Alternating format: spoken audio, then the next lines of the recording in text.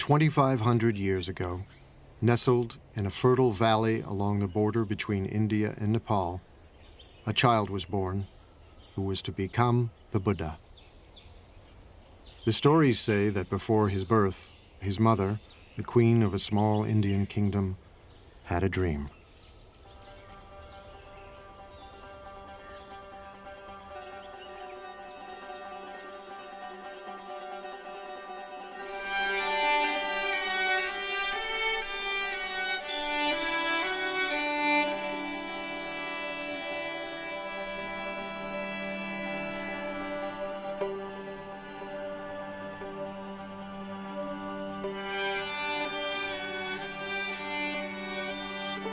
A beautiful white elephant offered the queen a lotus flower and then entered the side of her body.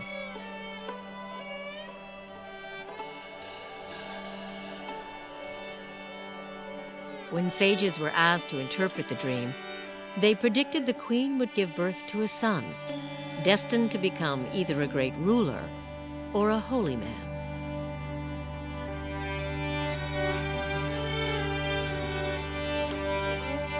One day, they said, he would either conquer the world or become an enlightened being, the Buddha. People like stories. It is one of the ways we learn. The story of the Buddha's life is an archetypal journey, but it is a means to an end. It is not an end.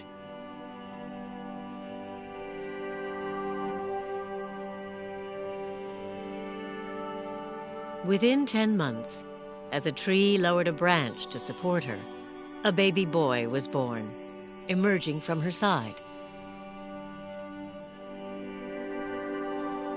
7 days later, the queen died.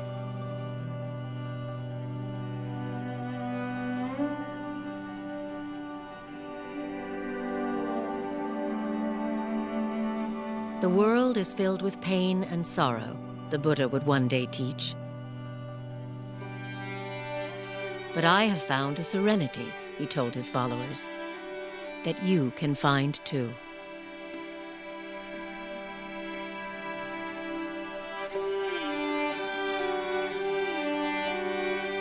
Everybody understands suffering. It's something that we all share with everybody else. It's at once utterly intimate and utterly shared. So Buddha says that's a place to begin. That's where we begin. No matter what your circumstances, you will end up losing everything you love. You will end up aging. You will end up ill.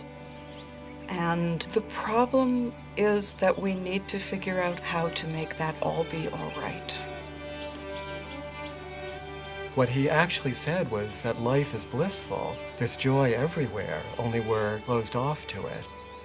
His teachings were actually about opening up the joyful or blissful nature of reality. But the bliss and the joy is in the transitoriness. Do you see this glass? I love this glass. It holds the water admirably.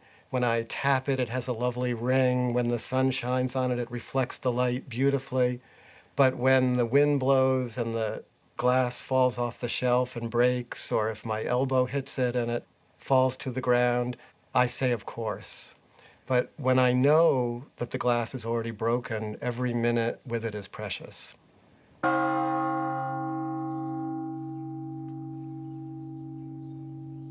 Everybody, every human being wants happiness.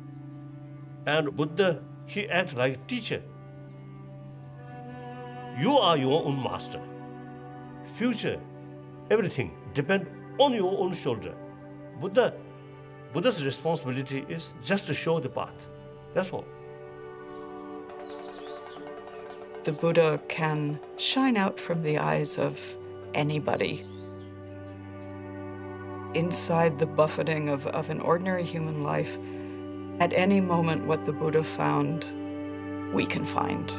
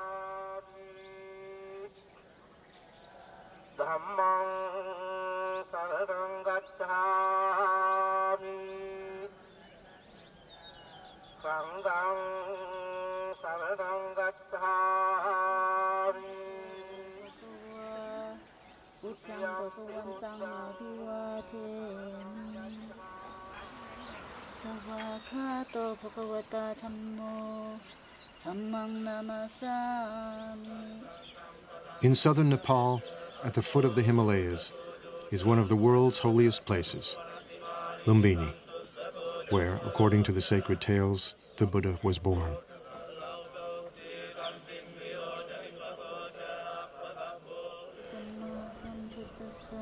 Today, Buddhist pilgrims from all over the world make their way here to be in the presence of the sage whose life story is inseparable from centuries of anecdotes and legends.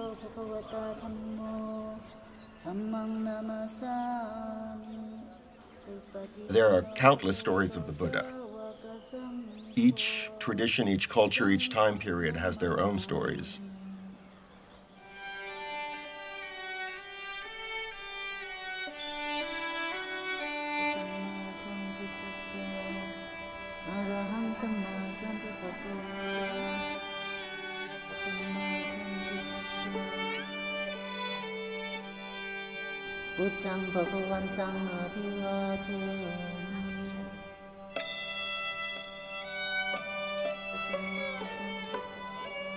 We have lots of visual narratives and artwork from all over Buddhist Asia.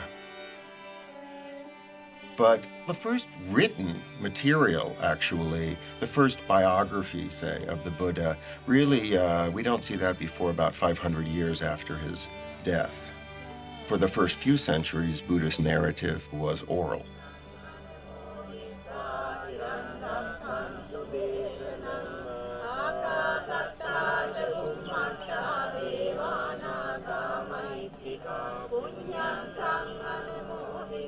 Historically, it is based on something certainly that happened. There must have been someone who corresponded with Gautama Buddha, who we don't know. We don't know how much of it is pure fairy tale and how much of it is historic fact, but it doesn't matter. It touches something that we all basically know. The relevance of it is in the message of the story, the promise of the story. Like any good story, it has a lot to teach. So the story of his life, then, is a beautiful way of telling the teaching. He who sees me sees the teaching, the Buddha said.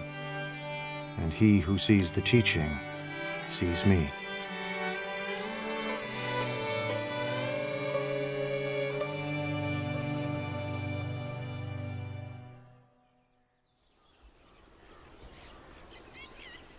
Born some 500 years before the birth of Jesus, the Buddha would grow to manhood in a town vanished long ago. For nearly 3 decades, he would see nothing of the world beyond.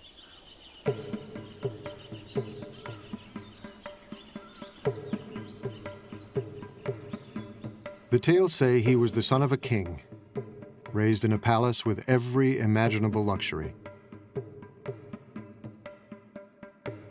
He was called Siddhartha Gautama, a prince among a clan of warriors. When I was a child, he said, I was delicately brought up, most delicately. A white sunshade was held over me day and night to protect me from cold, heat, dust, dirt, and dew.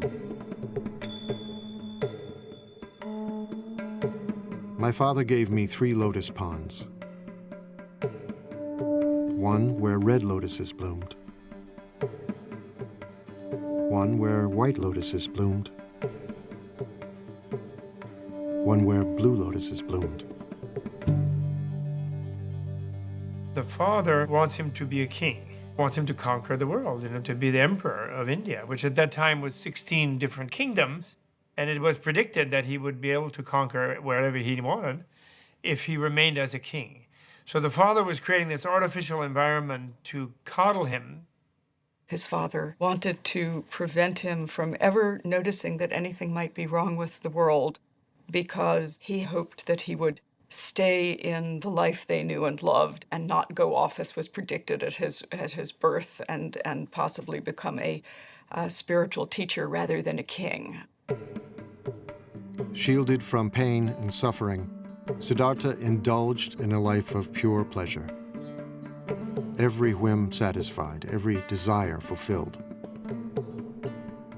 I wore the most costly garments, ate the finest foods. I was surrounded by beautiful women.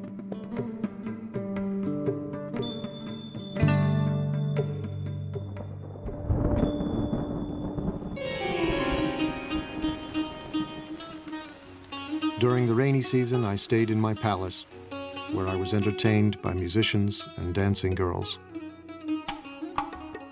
I never even thought of leaving.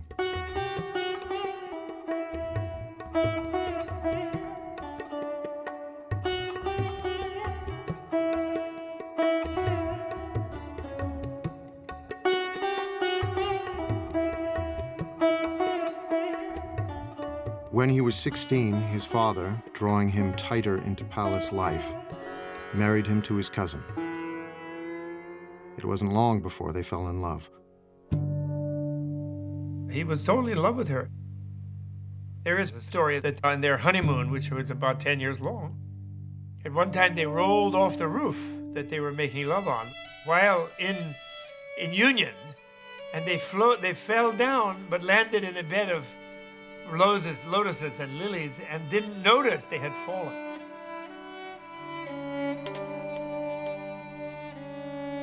And so, the stories say, he indulged himself for 29 years, until the shimmering bubble of pleasure burst. His father does everything he can to never let him leave, never let him see the suffering that life is.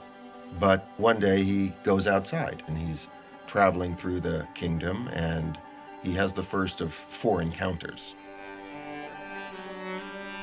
He sees an old man and he asks his attendant, and the attendant says, "Oh, that's change. One doesn't always stay young and perfect." Then on the next tour outside, he sees a sick man and doesn't quite understand what it is. He asks his attendant, and the attendant says, "Oh, that happens to all of us."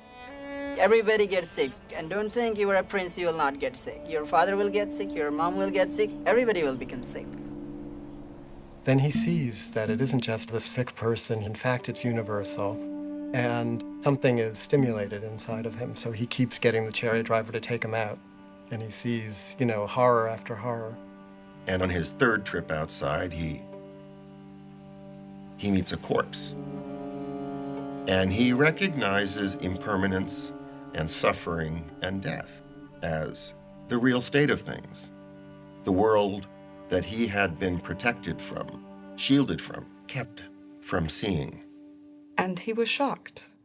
He was shocked. And he realized, this is my fate too.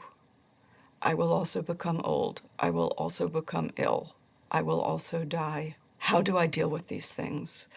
These are universal questions in any human being's life. What it's like to be in a body inside of time and our fate, and how do we navigate that? It really is a tale of the transformation from a certain naive, innocent relationship to your own life to wanting to know the full story, wanting to know the full truth. And then the 4th trip outside, he sees a spiritual seeker, someone who has decided to live a life completely other than his life in order to escape from impermanence, suffering, and death. So he has this sort of traumatic encounter with the pain and suffering of life. We try to protect our children. We don't want to let our children see all the pain that's in the world. But at a very early age, at a time before he could remember anything, at a time before there was conceptual thought, he already suffered the worst kind of loss that one could suffer.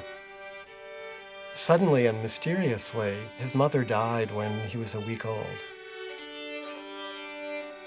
So something tragic happened, right at the beginning. That might be what it takes to become a Buddha, is that you have to suffer on such a primitive level.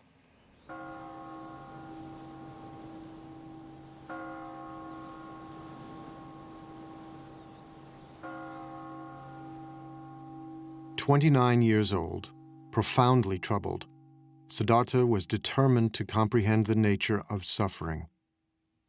He resolved to leave the palace. His wife had just given birth to a baby boy. Siddhartha called him Rahula, fetter. He names his son Fetter. He names his son Ball and Chain. This is the fetter that will keep me tethered to this life. This is what will keep me imprisoned.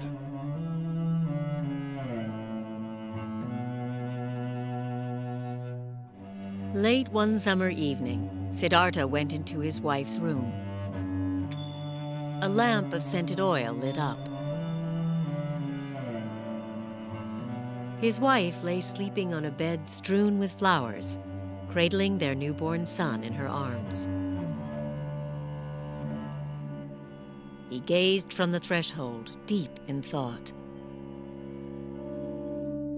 If I take my wife's hand from my son's head and pick him up and hold him in my arms, it will be painful for me to leave. He turned away and climbed down to the palace courtyard. His beloved horse Kantaka was waiting. As he rode toward the city's northern wall, he leapt high into the air. Mara, the tempter god of desire, was waiting. You are destined, Mara told him, to rule a great empire. Go back, and worldly power will be yours.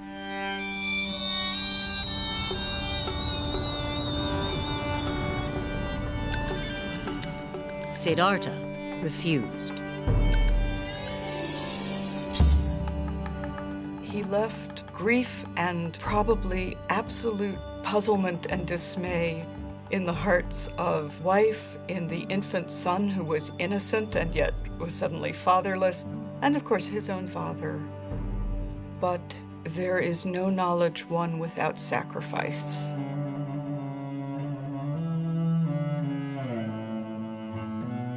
And this is one of the hard truths of human existence. In order to gain anything, you must first lose everything.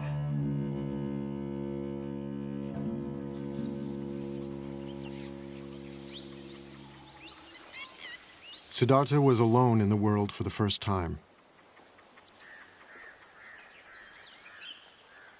On the bank of a nearby river, he drew his sword.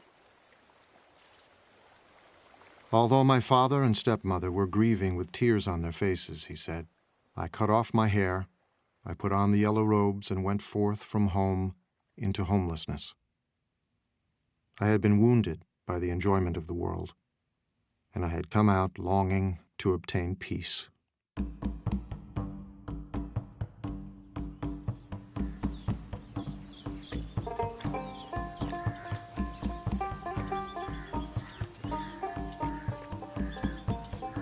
Siddhartha wandered south toward the holy Ganges River. Once a great prince, now he became a beggar, surviving on the charity of strangers. He slept on the cold ground in the dark forests of banyan, teak, and sal that covered the northeastern plain, frightening places where wild animals roamed and dangerous spirits were said to live. He's going out to see what there is. He's a seeker.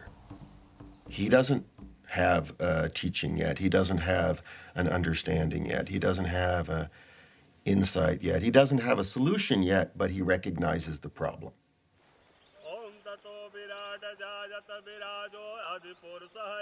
Siddhartha could not expect help from the religion of the time, the ancient Vedic religion, steeped in ceremony and ritual.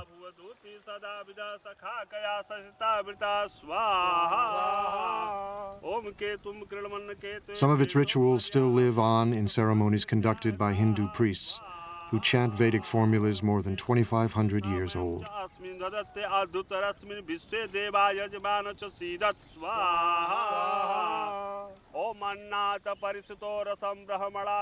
ये जब यहाँ पे सभ्यता का विकास हुआ, आज के करीब हजारों वर्ष पहले, ये जो हम पूजा करते हैं, अपने यज्ञ के विधान से हम अपने देवता और ग्रहों की जो उपासना करते हैं, उससे ये जो संसार में जितने भी प्राणी हैं, उनको सुख प्रदान करते हैं और आध्यात्मिक शांति प्रदान करते हैं।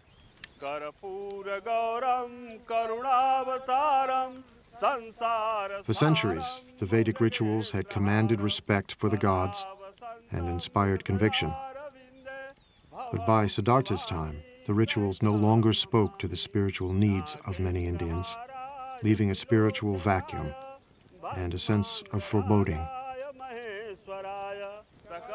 The gods become less important than the rituals themselves. It's a period of great unrest. It's a period of social upheaval, social change. Cities were growing, generating new wealth and spiritual hunger.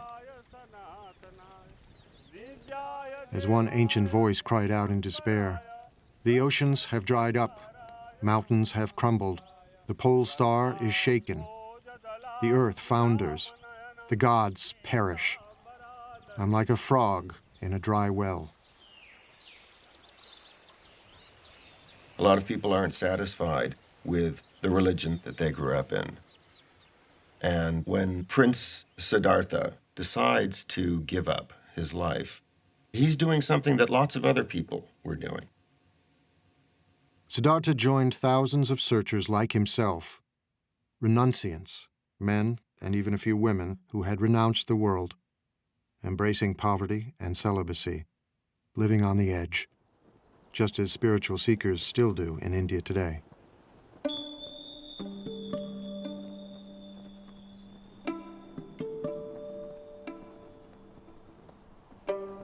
Now, at this time in India, there are lots of renunciants out there. It's a flourishing renunciant tradition. There are many different people who have given everything up and practice austerities and meditate in order to escape from the cycle of death and rebirth. The notion of reincarnation is something that's part of Indian culture, part of Indian civilization, part of Indian religion, that was there long before the Buddha. And it was in a sense, the problem that the Buddha faced. Suffering didn't begin at birth and finish with death.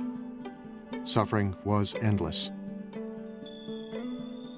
Unless it was possible to find a way out, become enlightened, become a Buddha.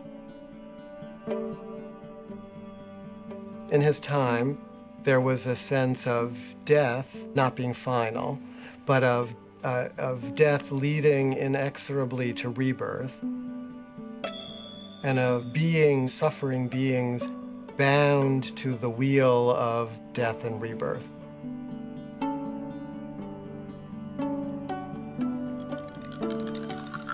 It is said that Siddhartha had lived many lives before this one. As countless animals,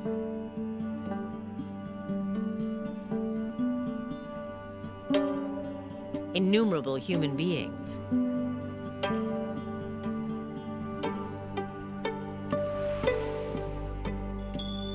and even gods. Across 4 incalculable ages, the sacred texts say, and many eons. experiencing life in all its different forms.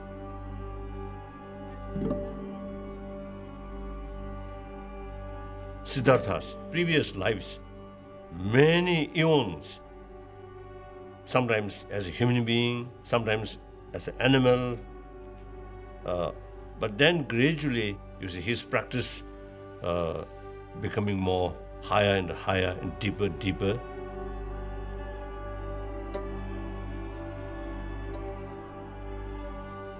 The idea is from life to life to progress more and more toward the enlightenment and become wiser and wiser. Some beings will stubbornly insist on their ignorance and their egotism, and they will charge ahead, grabbing and eating what they can in front of themselves and being dissatisfied, but thinking that the next bite will do it. And they will die and be reborn, die and be reborn in infinite times. It could take them, billion lifetimes if they're very stubborn, And becoming a Buddha, becoming enlightened, is the only way of getting out of the continual cycle of death and rebirth. Now, rebirth here isn't the popular notion that, my past life I was Cleopatra floating down the Nile or Napoleon. It's as if every life is going through junior high school again, over and over and over.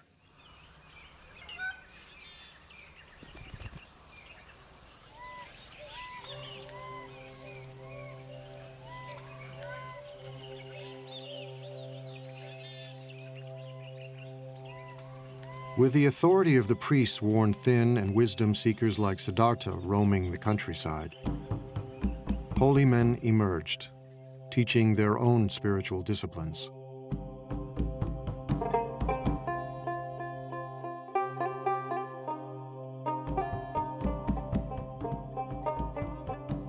Siddhartha apprenticed himself to one of them, a celebrated guru who taught that true knowledge could never come from ritual practice alone. It was necessary to look within. "You may stay here with me," the guru told him. "A wise person can soon dwell in his teacher's knowledge and experience it directly for himself." Siddhartha set himself to learn the rigorous practices the guru prescribed. The teachers of the time are already teaching forms of yoga and meditation, teaching that the self-reflective capacity of the mind can be put to use to tame the mind, to tame the passions. That was already established in India. And there were probably so many schools of yoga and meditation in those days, just as there are now.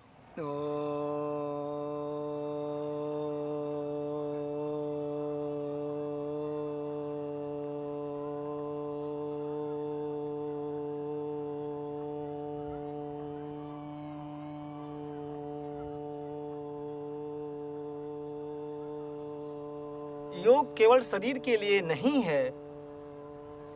शरीर के लिए तो अपने आप स्वाभाविक रूप से लाभ मिलता ही है।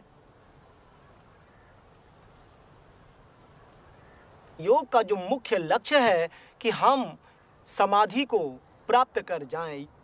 सर्वे भवन्तु सुखिना तुरंत नहीं आता। सर्वे by the Sadhana.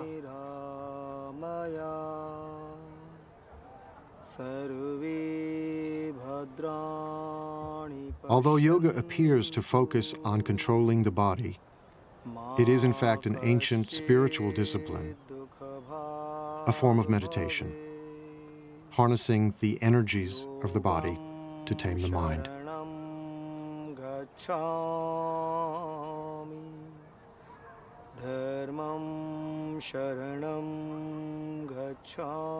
Some yogis learn to sit without moving for hours, breathing more and more slowly until they seem to be barely breathing at all.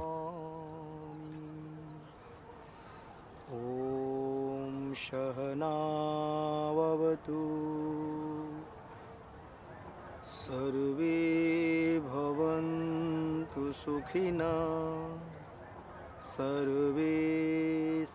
All kinds of trance states are possible through meditation. If you hold the mind, if you concentrate the mind on a single object, be it a word or a candle flame or a sound, it's possible to transport the mind into all kinds of interesting places.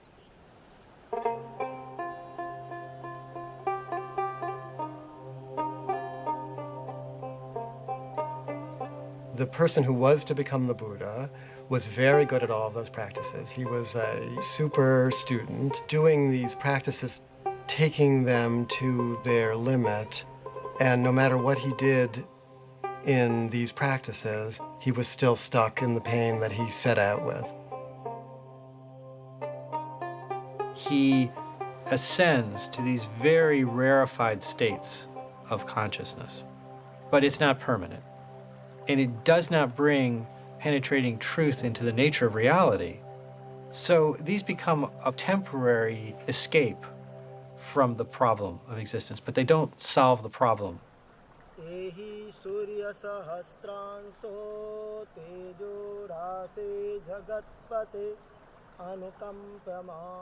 Siddhartha apprenticed himself to another popular guru, but the results were the same. The thought occurred to me, he said later, this practice does not lead to direct knowledge, to deeper awareness. Disenchanted, he left this master too.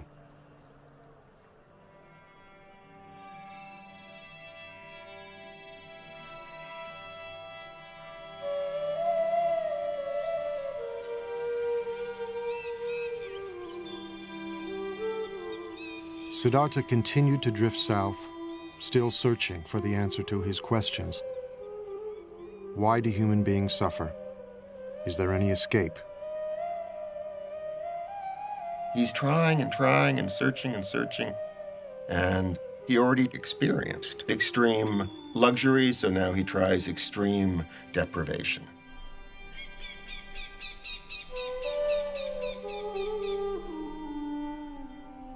Among the renunciants, asceticism was a common spiritual practice, punishing the body as a way to attain serenity and wisdom.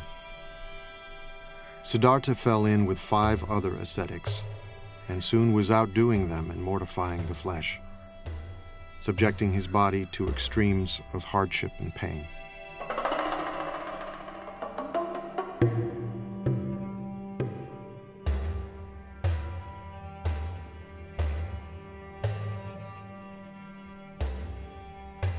The body represents a fundamental problem. Old age brings a decrepitude to the body. Sickness brings pain and suffering to the body. And death is ultimately the cessation of the functioning of the body. So there was a sense that if you could punish the body sufficiently, you could escape its influence. You could transcend some of the limitations that the body seemed to impose. The ascetic pursues the truth by taking the requirements of survival down to the absolute minimum possible. Barely enough food to stay alive, no protection from the elements, no heat. Sit in the cold, sit in the rain. Meditate fiercely for all the hours of awakening. The step of renunciation, of shedding everything, of dying, the feeling that one is dying to one's life as it was, is essential to being reborn as someone who sees.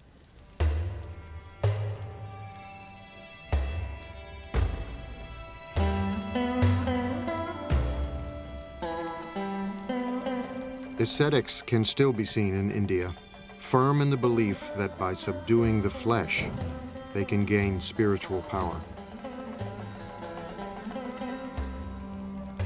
सत्य क्या है? एक time बुझने से लेने में 24 घंटे में एक सेकंड अपने को प्रत्यक्ष बता देता है कि सत्य क्या है. था छोड़ दिया 16 उम्र में। इसलिए सोचता हूँ कि हर चीज मोह नहीं रखता। ये मार्ग से ये मार्ग जो आगे बढ़ने के लिए इसमें मैं मोह नहीं रखता। मोह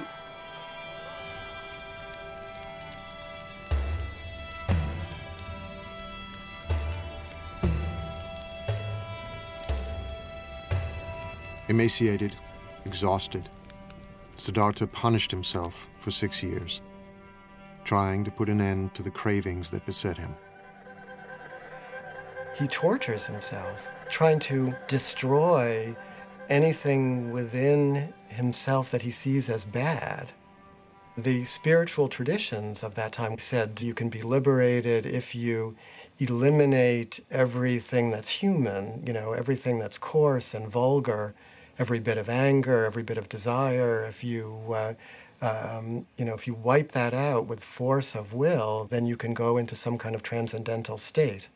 And the Buddha tried all that, and he became, the most anorectic of the anorectic ascetics. He was eating 1 grain of rice per day. He was drinking his own urine. He was standing on 1 foot. He was sleeping on nails. He did it all to the utmost.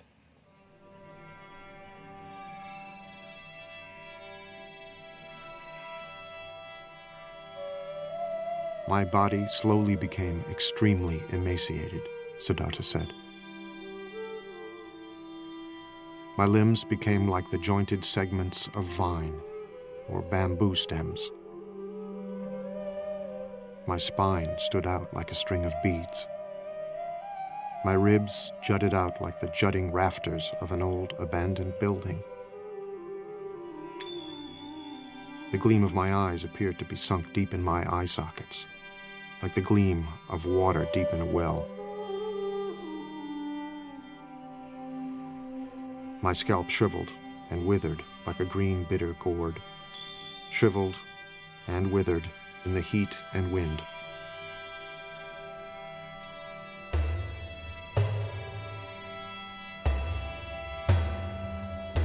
What he was trying to do was pushing his body to the most extreme that he could. But then he realized that from that, he cannot gain what he wants. Trying to torture the body becomes too much. The whole attention is given to the body, nothing else. He surrendered himself completely to the hard training that he was given. And what he discovered, having tried this completely for many years, was that he had not answered his question. It hadn't worked. He was on the verge of death, dying, unawakened, when he remembered something.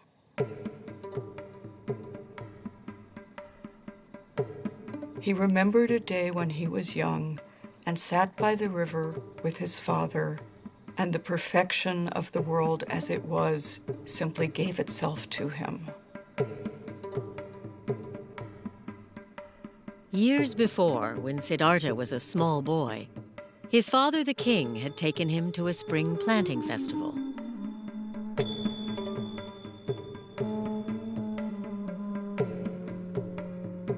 While he watched the ceremonial dancing, he looked down at the grass.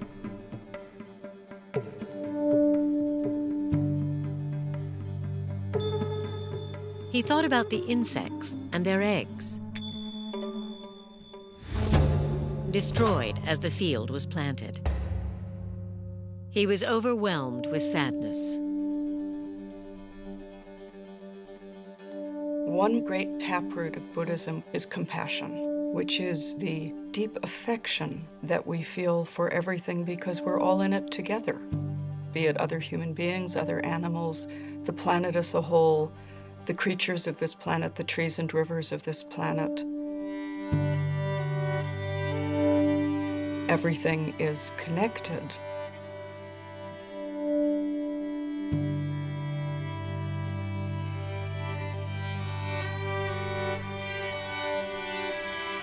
It was a beautiful day. His mind drifted.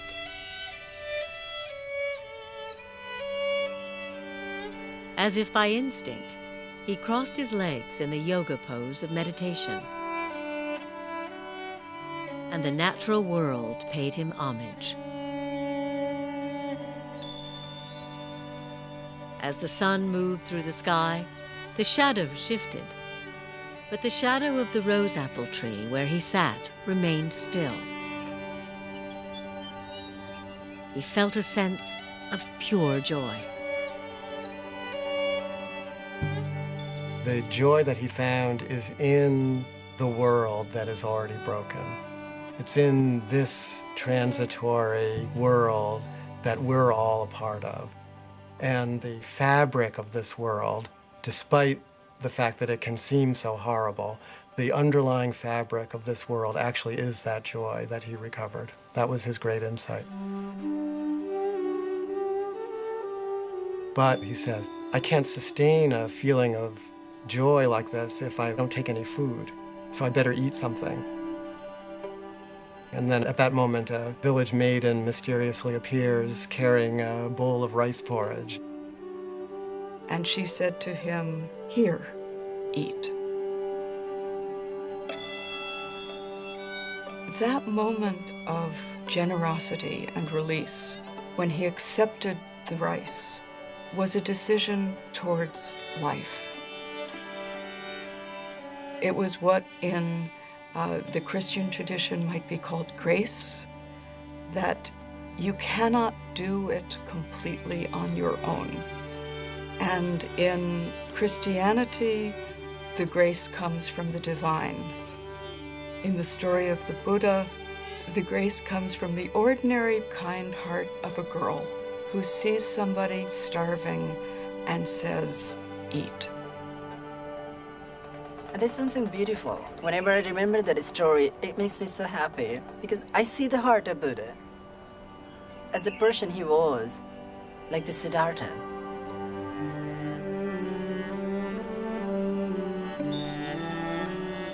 This dish was the dish he used to be fed by his stepmother, rice pudding.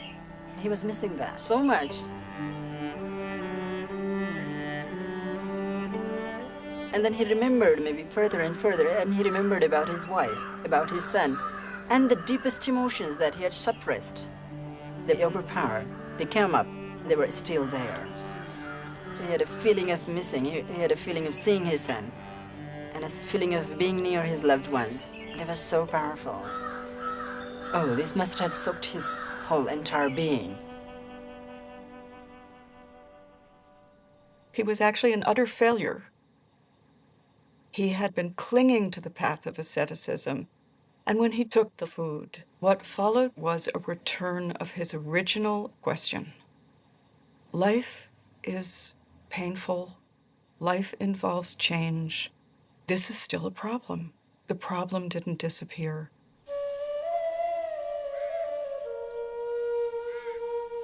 It wasn't long before the ascetics who had been Siddhartha's companions found him eating and turned away in disgust. Siddhartha loves luxury, they said. He has forsaken his spiritual practice. He has become extravagant. But the man who will become the Buddha realizes that extreme deprivation isn't the way to go. We can live as normal human beings. We can eat and drink. And in fact, we kind of need to eat and drink and be normal human beings in order to break through, in order to attain the kind of realization that he was looking for.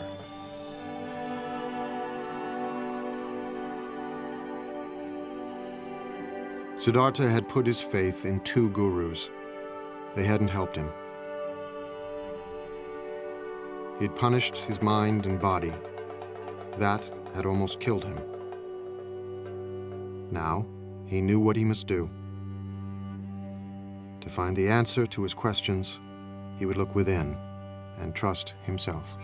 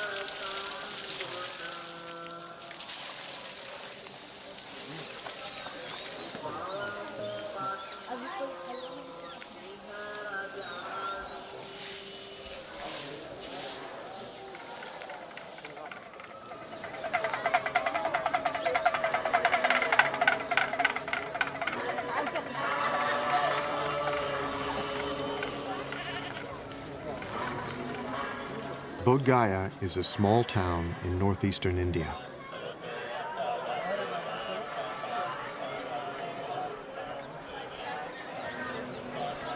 Throngs of pilgrims have come here from all over the world for more than 16 centuries.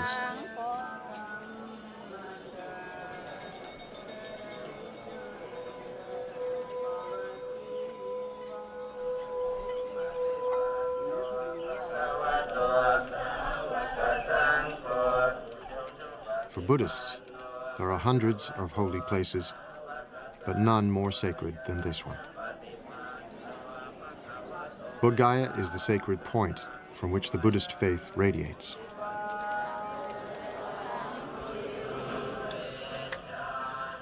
Some pilgrims travel great distances, reciting prayers and prostrating themselves every step of the way.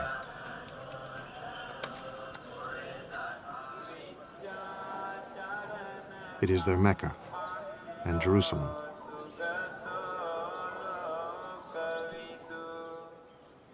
Their Holy of Holies is not the imposing temple beside them, but a simple fig tree, Ficus religiosa, the Bodhi tree. The tree, it is said, is descended from the Buddha's time.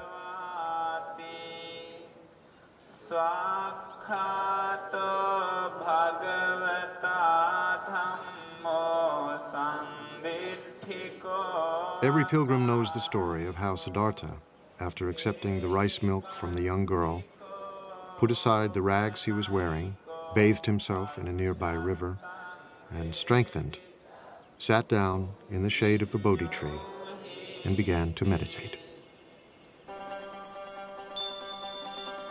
It was springtime. The moon was full. Before the sun would rise, Siddhartha's long search would be over. He sat down under a Bodhi tree in the shelter of the natural world in all of its beauty and fullness. And he said, I will not move from this place until I have solved my problem. Let my skin and sinews and bones dry up, together with all the flesh and blood of my body, he said. I welcome it. But I will not move from this spot until I have attained the supreme and final wisdom. All at once, Mara, Lord of Desire, rose to challenge him.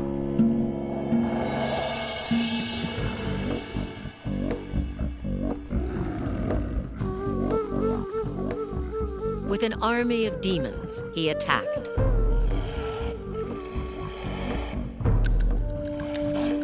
Siddhartha did not move, and their weapons turned into flowers.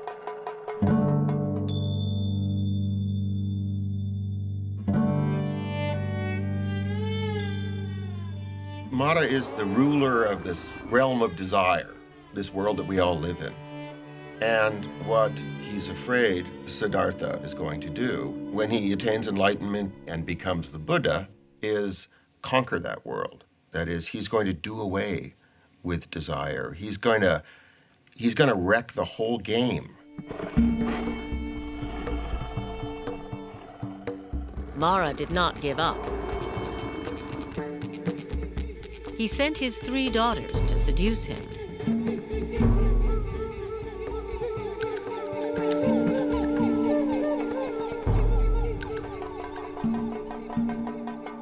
Siddhartha remained still. When he faces Mara, he faces himself and his own destructive capacity. But he's not the warrior trying to do battle with those qualities. He's discovered his own capacity for equanimity. He has become like, the top of the great Himalayan mountains, The weather is passing over him, storms are raging around him, and he sits like the top of the mountain, impassive, not in a trance state, totally aware of everything. So he frustrates Mara. Siddhartha resisted every temptation Mara could devise. The Lord of Desire had one final test.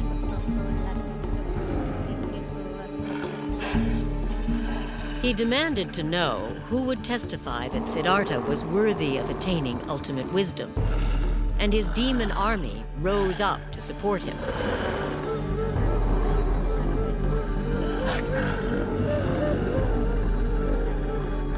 Siddhartha said nothing.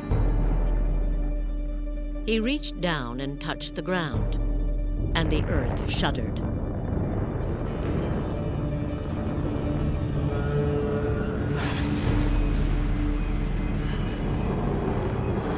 Mara's demons fled.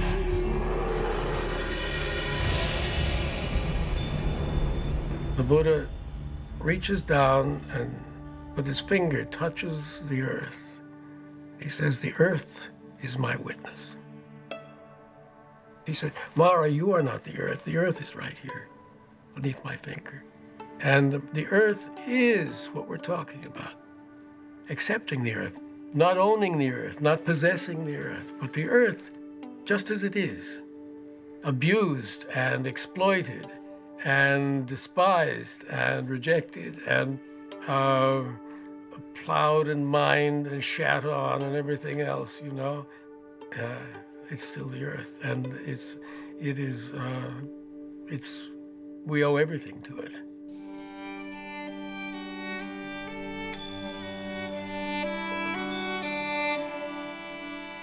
Siddhartha meditated throughout the night, and all his former lives passed before him.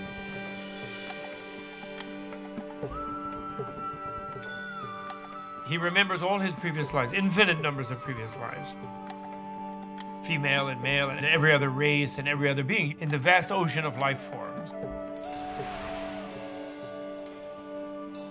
And he remembered that all viscerally, so that means his awareness expanded to be all, so that all the moments of the past were completely present to him.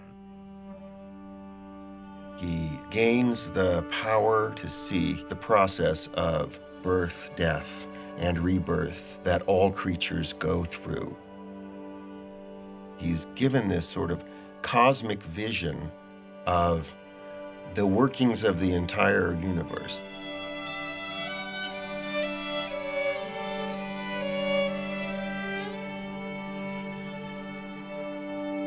As the morning star appeared, he roared like a lion. "My mind," he said, "is at peace." The heavens shook, and the Bodhi tree rained down flowers.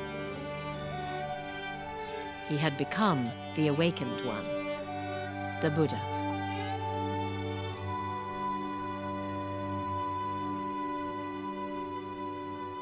Something new opens up for him, which he calls nirvana, or which he calls awakening.